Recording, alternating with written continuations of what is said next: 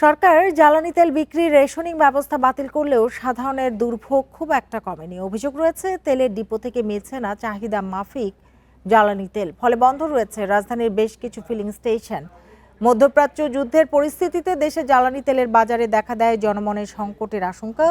এ ঘটনায় মাঠে নামে সরকারের শীর্ষ পর্যায়ে নানাবিধ নিয়মনীতি প্রয়োগ করে জ্বালানি তেলের বাজারে স্থিতিশীল রাখতে। এ বিষয়ে কয়েকদিন আগে রেশনিং ব্যবস্থা বিকাশ পেমেন্টে 10,000 টাকার বেশি অফার, শপিং চলছে তো।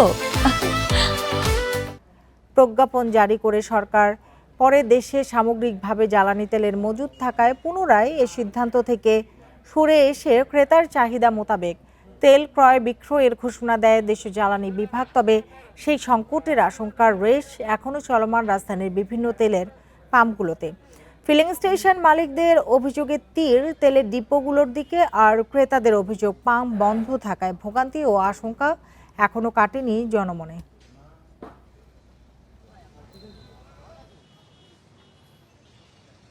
যতটুকু আমার দরকার ততটুকু পাচ্ছি না, এই জন্য গ্রাহকের সমস্যা, এবং এই জন্যই পেট্রোল পাম্পগুলিতে দীর্ঘ সারি। 2টা থেকে ঘুরে আসলাম, মাত্র 2টাতে গেছি, তেল নাই। এখানে আসলাম, ফুল দিতেছে, বলতেছে যে ফুল হবে।